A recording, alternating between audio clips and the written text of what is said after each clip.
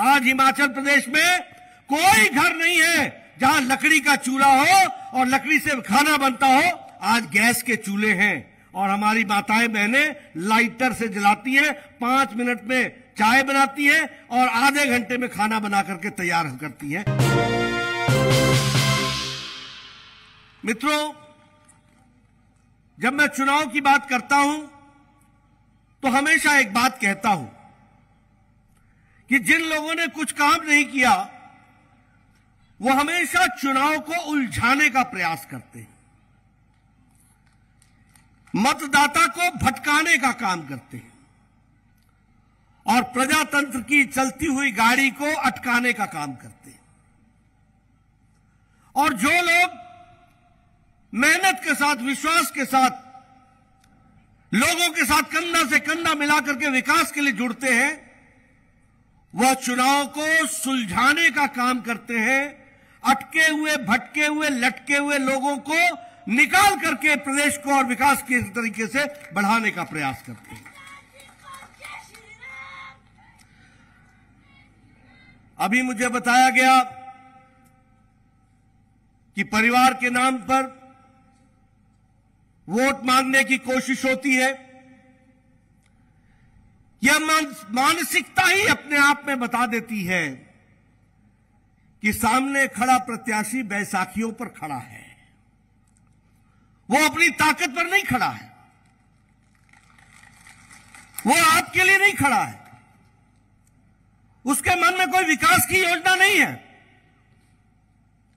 और 15 साल का भी वक्फा कम नहीं होता। आपने देख ही लिया, परख लिया, समझ लिया। लेकिन जब मैं कौल सिंह की बात करता हूं तो मैं दावे के साथ कहता हूं, आप इनको एक मौका दीजिए, मुझे भी आगे आने की जरूरत नहीं पड़ेगी, ये अपने आप आपको आगे बढ़ा ले जाएंगे। यह परिस्थिति आएगी। इसलिए चुनाव भावना पर मत लड़ना, चुनाव भविष्य के लिए लड़ना और भविष्य को मजबूत करने के लिए मत लड़ना, अपने भविष्य को। मित्रों, चुनाव के बहुत मुद्दे हैं। मैं देश से शुरू करूं तो हम सबको ध्यान में आता है कि लंबे समय तक कांग्रेस के लोगों ने प्रधानमंत्री के पद पर बैठकर इस देश पर राज किया, लेकिन देश को कोई दुनिया में पहचान नहीं बना पाए। लेकिन प्रधानमंत्री मोदी जी ने पिछले 8 साल में भारत को दुनिया के नक्शे पर खड़ा कर दिया है और आगे बढ़ा दिया है। इसको हमको समझना होगा। क्या मैं सच बोल रहा हूं? क्या मैं सच बोल रहा हूं? मित्रों, आज भारत लेने वाला, मांगने वाला भारत नहीं है, ये देने वाला भारत हो गया है और आगे बढ़ चला है। मैं देख रहा हूं आप सब लोग बड़े नजदीक नजदीक बैठे हैं, किसी के भी मुंह पर मास्क नहीं लगा है। यहां अमेरिका का राष्ट्रपति भी मास्क लगा के फिरते हैं। अभी भी चीन में मालूम नहीं है कि कोरोना की लड़ाई लड़ पाए कि नहीं लड़ पाए। अभी भी यूरोप कोरोना की मार से लड़खड़ा रहा है। लेकिन प्रधानमंत्री मोदी जी के नेतृत्व में 9 महीने में एक नहीं 2-2 वैक्सीन बनाकर 219 करोड़ डोजेज लगाकर, बूस्टर डोज लगा करके, देश को सुरक्षा कवच पहना करके भारत फिर से खड़ा हो चला है और आगे बढ़ चला है। इसको हमको समझना चाहिए। आज भारत ने 100 देशों को वैक्सीन अपनी दी है, 48 देशों को मुफ्त में वैक्सीन दी है, 2.5 करोड़ मुफ्त में वैक्सीन दी है। इसीलिए जब मैं कहता हूं कि भारत लेने वाला नहीं, देने वाला भारत हो गया है। और मुझे खुशी है कि अगर 219 करोड़ वैक्सीन लगी तो जयराम ठाकुर जी ने हिमाचल प्रदेश को पहली और दूसरी डोज में देश में नंबर 1 पर खड़ा किया। सबसे पहले 100% वैक्सीनेशन हुई तो हिमाचल प्रदेश में हुई। कहां डोडरा कवार, कहां मलाना, कहां छोटा बंगाल, बड़ा बंगाल, कहां किन्नौर का ठांगी, कहां ये दूर दराज के क्षेत्र। हमारे हेल्थ के कार्यकर्ताओं ने वहां तक वैक्सीन पहुंचाई और देश में अपने आप को नंबर 1 पर खड़ा किया। इसके लिए मैं जयराम ठाकुर जी की सरकार को बधाई देता हूं। मित्रों, भारत एक समय सिम कार्ड खरीदता था। ये जो आपके मोबाइल में सिम कार्ड लगता है ना, ये खरीदता था। आज भारत देने वाला हो गया और हम बेचते हैं, खरीदते नहीं हैं, दुनिया को बेचते हैं। यह हमारी स्थिति आ गई है। मोबाइल में दूसरे नंबर का प्रोडक्शन भारत कर रहा है। इस्पात में दूसरे नंबर का प्रोडक्शन भारत कर रहा है। सौर ऊर्जा में 5वें नंबर पर हम खड़े हैं। और कोरोना की मार के बाद और यूक्रेन की लड़ाई के बाद जब दुनिया की अर्थव्यवस्थाएं लड़खड़ा रही हैं, तो भारत ब्रिटानिया को, ब्रिटेन को पछाड़कर दुनिया की 5वीं सबसे बड़ी अर्थव्यवस्था बन गई है। यह भी हमको ध्यान रखना चाहिए। और अगर मैं प्रधानमंत्री जी का हिमाचल के प्रति प्यार की बात करूं, तो आपने देखा होगा कि पिछले 5 सालों के अंदर हिमाचल की तस्वीर बदल गई है। क्या मैं सही बोल रहा हूं? क्या मैं सही बोल रहा हूं? कभी हमने सोचा था, मैंने कल भी कहा, जो कहा था वो किया है, जो नहीं कहा था वो भी करके दिया है। मोदी जी ने करके दिया है जयराम जी को, यह भी हमको याद रखना चाहिए। ये मुद्दे हैं चुनाव के। कभी हमने कहा था क्या कि हम all India institute of medical sciences देंगे? नहीं कहा था। लेकिन 1475 करोड़ रुपए का बिलासपुर में all India institute of medical sciences बंद करके 5 साल में तैयार हो गया, जिसमें से 2 साल कोरोना में भी गए। यानी 3 साल के अंदर वह तैयार होकर के हिमाचल की जनता को समर्पित हो गया। भगवान न करे कि किसी को इलाज के लिए दूर जाना पड़े, लेकिन अब आपको चंडीगढ़ नहीं जाना पड़ेगा, अब बिलासपुर में ही आपका इलाज हो जाएगा। यह परिस्थिति आ चुकी है। कभी हमने सोचा था और हमने बोला था क्या कि हम बल्क ड्रग पार्क देंगे 2000 करोड़ रुपए का। आज बल्क ड्रग पार्क ऊना में लग रहा है 2000 करोड़ रुपए की लागत से। यह ड्रग की दुनिया में, फार्मास्यूटिकल की दुनिया में हिमाचल प्रदेश को दुनिया के नक्शे में खड़ा कर देगा। यह भी हमको समझना चाहिए। मेडिकल डिवाइस पार्क हो, कोई भी विकास की बात हो, IIM, Indian institute of management, हम सुनते थे कि अहमदाबाद में है, आज वो आपके हिमाचल में all Indian institute of management है। हम सुनते थे Indian institute of information and technology, आज हिमाचल प्रदेश में इंडियन इंस्टीट्यूट ऑफ टेक्नोलॉजी है। हम सुनते थे कि कभी कोई हाइड्रो इंजीनियरिंग कॉलेज बनेगा, आज हिमाचल प्रदेश में देश का पहला हाइड्रो इंजीनियरिंग कॉलेज बना है। यह हमको ध्यान में रखना चाहिए। अब आपके घर के बच्चे वहां पढ़ेंगे और तब वो यहां जैसे SJVNL के हैं या बाकी सारी जगहों में उनको लगने का सौभाग्य मिलेगा। हमारे हिमाचल के इंजीनियर्स लग सकेंगे, पावर प्रोजेक्ट्स को और अच्छे सुचारू रूप से चलाएंगे। यह परिस्थिति आज आकर के खड़ी हुई है। मैं यहां एक बात और भी बोल देना चाहता हूं, हमें डबल इंजन चाहिए।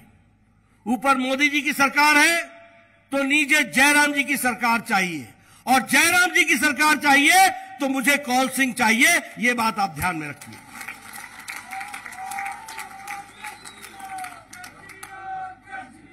और किस लिए चाहिए? इसलिए चाहिए कि जब जब डबल इंजन से सिंगल इंजन होता है, हिमाचल की गाड़ी लड़खड़ा जाती है। और ये मैं कहने के लिए नहीं कह रहा हूं, अटल जी ने लद्दाख को जाने वाले रोड पर मनाली में सुरंग के लिए शिलान्यास 2002 में किया था। 2004 में सरकार चली गई, हिमाचल लड़खड़ा गया। 2004 से 2014 तक, जब तक मनमोहन सिंह प्रधानमंत्री रहे, तब तक अटल टनल का काम रुक गया। मुझे याद है अटल जी आए थे मनाली में, शायद 2004 या 2005 की बात होगी। तो उन्होंने पूछा वो टनल का क्या हो रहा है। मैंने कहा वो टनल का काम रुक गया है। अटल जी ने कहा था वो पत्थर जो मैंने लगाया है वो मेरे सीने पर पत्थर है। समय बदला, मोदी जी 2014 में प्रधानमंत्री बन गए, काम फिर से चला और 2 साल के अंदर 10 किलोमीटर की सुरंग बना करके अटल टनल भारत को समर्पित कर दिया। यह डबल इंजन का के कारण होता है। आज मैं कहना नहीं चाहता, स्वर्गीय वीरभद्र सिंह जी बार बार बोलते थे कि मैं भनोपली से रामपुर तक रेल बनाऊंगा, रेल लाऊंगा। कहते थे कि नहीं कहते थे? कहते थे कि नहीं कहते थे? 35 साल बीत गए, 35 साल, 1 इंच रेल की पटरी आगे नहीं बढ़ी। हमारे मोदी जी आए, मोदी जी ने 2015 में, और पत्रकार मेरी बात को नोट कर लें, कैबिनेट कमेटी ऑन सिक्योरिटी, यह भारत के मंत्रिमंडल की छोटी सी समिति होती है जिसमें प्रधानमंत्री उसको चेयर करते हैं। भारत का रक्षा मंत्री उसमें होता है, भारत का विदेश मंत्री उसमें होता है, भारत का वित्त मंत्री उसमें होता है, भारत का गृह मंत्री उसमें होता है। वह सिक्योरिटी की क्लियरेंस देते हैं। और कीरतपुर से वाया रामपुर ले तक की रेल लाइन, इसको सिक्योरिटी दी गई, इसको सिक्योरिटी का क्लियरेंस 2015 में मिल गया। 2015 से लेकर 2017 तक हमें जमीन नहीं मिली, कंपनसेशन नहीं मिला।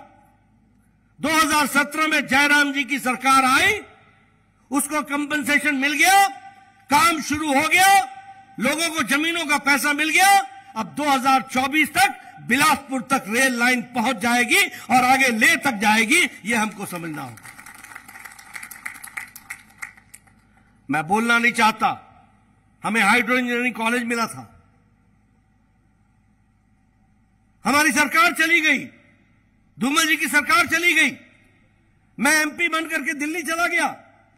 वहां वीरप्पा मोइली होते थे पावर मिनिस्टर, वैसे वो पेट्रोलियम मिनिस्टर थे, लेकिन उनके पास पावर का भी चार्ज था।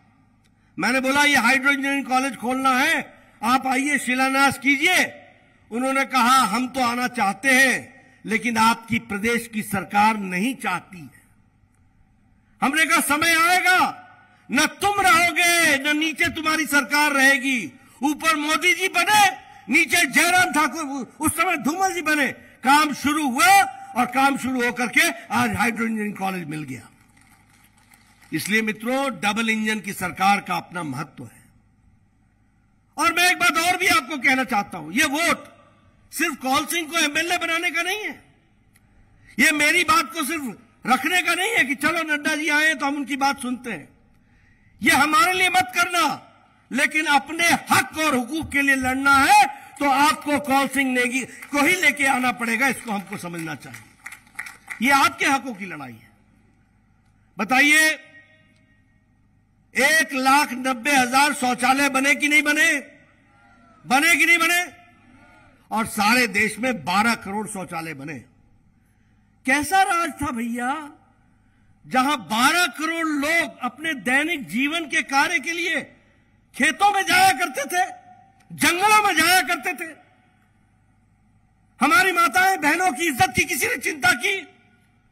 नरेंद्र मोदी जी ने 12 करोड़ इज्जत घर बनाया, आपको इज्जत दी, और 1,90,000 हिमाचल में शौचालय इज्जत घर बना करके हिमाचल की बहनों की भी इज्जत दी। उनको मुख्य धारा में शामिल किया, उनको ताकत दी। आप बताइए, आप जंगलों में जाकर के लकड़ी काट करके लाती थी कि नहीं लाती थी? बहनें लाती थी कि नहीं लाती थी? सुबह 5 बजे उठना पड़ता था कि नहीं उठ पड़ता था? और जाकर के पेड़ पर चढ़ करके आप लकड़ियां काट के सर पर बोझा उठा करके फिर उसको सुखा करके फिर चूल्हा जलाती थी और फूकनी से लेकर के धुएं के बीच में आग जलाती थी। मैं ठीक बोल रहा हूं? प्रधानमंत्री मोदी जी ने आपको 9 करोड़ गैस के चूल्हे और सिलेंडर देकर और उसमें 9 करोड़ चूल्हे तो दिए ही दिए, साथ में यहां पर हिमाचल सुविधा योजना के तहत लाखों के हिसाब से जयराम ठाकुर ने भी आपको गैस के सिलेंडर और चूल्हे दिए। आज हिमाचल प्रदेश में कोई घर नहीं है जहां लकड़ी का चूल्हा हो और लकड़ी से खाना बनता हो। आज गैस के चूल्हे हैं और हमारी माताएं बहनें लाइटर से जलाती हैं, 5 मिनट में चाय बनाती हैं और आधे घंटे में खाना बना करके तैयार करती हैं। ये हमने देखा। ये महिलाओं का सशक्तिकरण हुआ है। मैं एमएलए था, छोटे समय नहीं रहा हूं, 15 साल एमएलए रहा, 10 साल मिनिस्टर रहा। मेरे पास वीडियो आता था और कहता था, सर 2 पंचायतों में एक इंदिरा आवास योजना के लिए घर बता दो, हमको बनाना है। मैं हंसते हुए बोलता था, यार तू ही रख ले, ये 2 पंचायतों में एक घर दे रहे हो। 500 एप्लीकेशनें मेरे पास पड़ी हैं, एक अनार 100 बीमार, मैं क्या बांटूंगा। और उसमें भी क्या कहते थे कि इंदिरा जी जब गई थी तो कुछ पैसा छोड़ गई थी, उससे इंदिरा आवास योजना बन रहा है। यानी लोगों को गुमराह करने का भी तरीका अनेक निकाल रखा था। आज प्रधानमंत्री आवास योजना में 3 करोड़ 36 लाख से ज्यादा पक्के मकान बन गए हैं और यहां भी लगभग 28,500 मकान बन चुके हैं। ये परिस्थिति आकर के खड़ी हुई है। आयुष्मान भारत, आपको शायद पता नहीं होगा, हमारे एमएलए साहब सिंगी राम जी हमारे पास आया करते थे, याद है सिंगी राम जी? इसका बाईपास होना है, इसका ऑपरेशन होना है, इसको स्टंट लगने हैं, इसका किडनी का ऑपरेशन होना है। और मैं स्वास्थ्य मंत्री होता था, कहते थे 1.5 लाख दे दो, 1 लाख दे दो, 2 लाख दे दो। और मैं कहता था भैया उतना तो है नहीं, 75,000 ले जाओ, 1 लाख ले जाओ। ये बोले मरीज तो बचेगा नहीं। मैंने कहा बचाने का काम तो तेरा, जितना है मैं दे देता हूं। मुझे भारत का स्वास्थ्य मंत्री बनने का मौका मिला। मोदी जी ने मुझे कहा कि कुछ बड़ा सोचो। मैंने उनको बताया कि मैं जमीन पर यह देख करके आया हूं। उन्होंने कहा बड़ी स्कीम बनाओ। आज मुझे खुशी है कि 10 करोड़ 74 लाख गरीब परिवार, यानी 50 करोड़ लोग जिनको देखने वाला कोई नहीं था, जिनकी चिंता करने वाला कोई नहीं था, मोदी जी ने आयुष्मान भारत बना करके 5 लाख रुपए का सालाना हेल्थ कवर दे दिया। 5 लाख रुपए का हेल्थ कवर दे दिया। और मुझे खुशी है यहां हिमाचल प्रदेश में उस 50 करोड़ में 4,70,000 परिवार हिमाचल के जुड़े आयुष्मान भारत से। लेकिन मुझे इससे ज्यादा यह भी खुशी है कि जयराम ठाकुर ने, पत्रकार नोट कर ले, 5,17,000 परिवारों को हिमाचल हिम केयर से जोड़ दिया और उन्होंने भी 5 लाख रुपए का हेल्थ कवर दे दिया। आप बताइए आपके हकों की रक्षा किसने की? किसने की? किसने की? यह बीजेपी ने की। इसलिए मैं आपसे कहना चाहता हूं, विषय के कौन सिंह का नहीं है, विषय मेरा नहीं है, विषय आपके हकों की चिंता है। इसको हमको समझना होगा। मैं एक नहीं अनेकों उदाहरण आपके सामने रख सकता हूं, एक नहीं अनेकों उदाहरण। आप सब लोग बाहर जाते होंगे तो आप देखते हैं कि नहीं देखते हैं, कहीं 4 लेन बन रहा है, कहीं 2 लेन बन रहा है, कहीं 3 लेन बन रहा है। देख रहे हैं कि नहीं देख रहे? सुरंगें बन रही हैं कि नहीं बन रही हैं? विकास हो रहा है कि नहीं हो रहा है? अभी 11,000 करोड़ रुपए का पावर प्रोजेक्ट के लिए प्रधानमंत्री जी ने शिलान्यास किया है। किसको उसका लाभ मिलेगा? हिमाचल को मिलेगा। विकास के नए नए आयाम लिखे जा रहे हैं। मित्रों, अगर मैं स्कीमों की चर्चा करूं तो शाम हो जाएगी, लेकिन स्कीम नहीं खत्म होंगे, यह हमको ध्यान में रखना है। और इसीलिए अब यहां की बात करें, कौल सिंह जी ने आपके सामने सुना दिया। जयराम जी जानते हैं कि जब से प्रजातंत्र देश में आया तब से हमारे को यहां आशीर्वाद नहीं मिला है, लेकिन जयराम जी ने यह नहीं कहा कि रामपुर हमारा नहीं है। उन्होंने कहा कि जितना सिराज है उतना ही रामपुर मेरा है और हमारा है।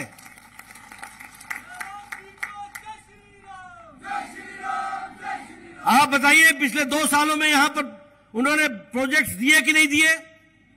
दिए कि नहीं दिए? सब डिविजन्स खोले कि नहीं खोले?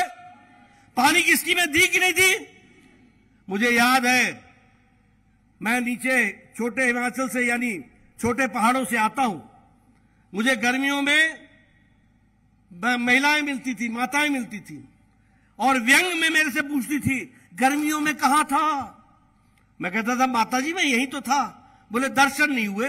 मैंने कहा अच्छा बताओ क्या समस्या क्या है? समस्या बाल नहीं रहे सर पर, घड़ा उठा उठा करके 3-3 किलोमीटर से पानी लाना पड़ता है।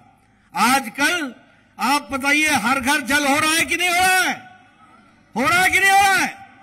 ये मोदी जी का संकल्प है कि कोई भी स्वच्छ पीने के पानी से वंचित नहीं रहेगा, इसको उन्होंने कहा है। आप बताइए ये किसके हक की लड़ाई है? इसलिए मित्रों, विकास की दृष्टि से देखा जाए तो रामपुर के साथ मैं दावे से कह सकता हूं, हमारा एमएलए यहां नहीं था, जो था वो आपको भी नहीं मिला, लेकिन उसके बावजूद भी पहरेदार के रूप में कौल सिंह खड़ा रहा और पहरेदार के रूप में हमारे जयराम ठाकुर ने आपका काम किया है। इसलिए अच्छे पहरेदार ढूंढो, अच्छे माली ढूंढो। अगर अच्छा माली नहीं होगा तो बगीचा उजड़ जाएगा, और आपका तो बगीचा उजड़ा हुआ था ही।